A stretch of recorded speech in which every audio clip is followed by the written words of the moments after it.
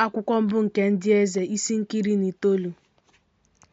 Ehab wee gosi Jezebel ihe niile Elaịja mere, na ihe niile otu o were mma agha gbuo ndị amụma niile.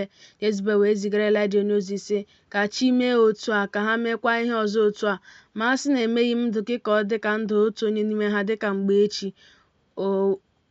O wee tụọ egwu bilie jee n'ihi ndụ ya bịaruo Bịasheba nke Juda nwere. O mee ka nwa okorobịa ya nọdụ n'ebe ahụ, ma ya onwe ya jere ije otu ụbọchị n'ọzara bịa nọdụ n'okpuru otu osisi brum. Ọ rịọ Chineke ndụ ya ka ọ nwụọ, sị, o zuo ugbu a, Jehova wepụ ndụ m n'ihi na mụ onwe m adịghị mma karịa nna m ha. Ọ dina rahụ ụra n'otu okpuru osisi brum. Ma lee, mmụọ ozi na-emetụ ya aka sị, bilie rie ihe. O wee legide anya, ma lee, ogbe achịcha nke esiri n'elu nkume dị ọkụ na ite mmiri dị n'akụkụ isi ya. O rie, ṅụkwa, dinakwa ọzọ. Mmụọ ozi nke Jehova wee bịaghachi nke ugboro abụọ metụ ya aka sị, bilie rie ihe, n'ihi na ije hiri nne karịa ike gị. O wee bilie rie ihe, ṅụkwa mmiri, jee n'ike ihe oriri ahụ oge ụbọchị abụọ ehihie na abalị ruo ugwu Chineke bụ Horeb.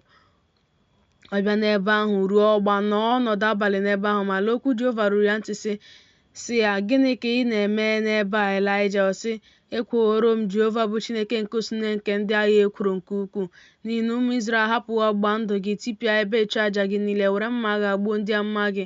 Ọ fọdụrụ mụ onwe m naanị m, ha na-achọkwa ndụ m iwepụ ya. Ọ sị, pụọ, guzo onwe gị n'ugwu n'ihu Jehova. Ma lee, Jehova na-agabiga, oke ifufe dị ike na-agbawakwa ugwu niile, na-etipịakwa nkume dị elu niile n'ihu Jehova. Ma Jehova anọghị n'ifufe ahụ. Ma mgbe ifufe gasịrị, ala ọma jijiji mara, ma Jehova anọghị n'ala ọma jijiji ahụ. Ma mgbe ala ọma jijiji gasịrị, ọkụ wee dị, ma Jehova anọghị n'ọkụ ahụ. Ma mgbe ọkụ gasịrị, olu nta nke dị ezi nwayọọ dara.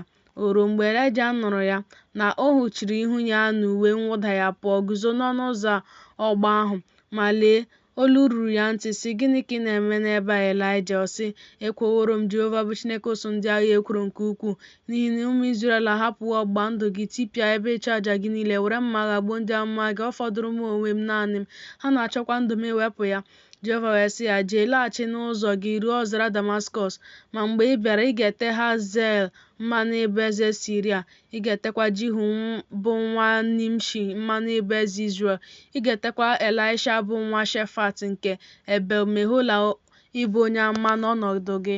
Ọ ga-erukwa na onye na-ewepụga onwe ya na mma agha Hazael, Jihu ga-eme ka ọ nwụọ. Onye na-ewepụgakwa onwe ya na mma agha Jihu, Elisha ga-eme ka ọ nwụọ. Ma m ga-eme ka nnụ mmadụ 17 na ọgụ 10 fọdụrụ n'Izrel, bụ ikpere niile nke a na-egbughị n'Ebal, na ọnụ ọbụla nke na-esutụghị ya. O si n'ebe ahụ jee chọta Elisha nwa Shafat, ma onye ahụ na-eme ka ehi ya dọgharịa ihe eji gwuo ala ubi. Ọgụ ehi na nnu ejikọrọ abụọ abụọ dị n'ihu ya. Ya onwe ya nọnyekwara ehi abụọ nke 12. Elaịja wee gabiga jekwuru ya, wụsara ya uwe mwụda ya. O wee hapụ igwe ehi ya, gbasoo Elaịja n'azụ, sị, biko, ka m sutu nna m na nne m ọnụ, m ga-eje sokwa gị. Ọ sị ya, laghachi, n'ihi na ọ bụ gịnị ka m meworo gị? O wee si n'iso ya laghachi, were ehi abụọ ahụ ejikọrọ n'otu gbuo ha. O werekwa ihe ehi ahụ ji arụ ọrụ si anụ ha onye ndị ahụ ha rie. O bilie jeso Elaịja wee jere ya ozi.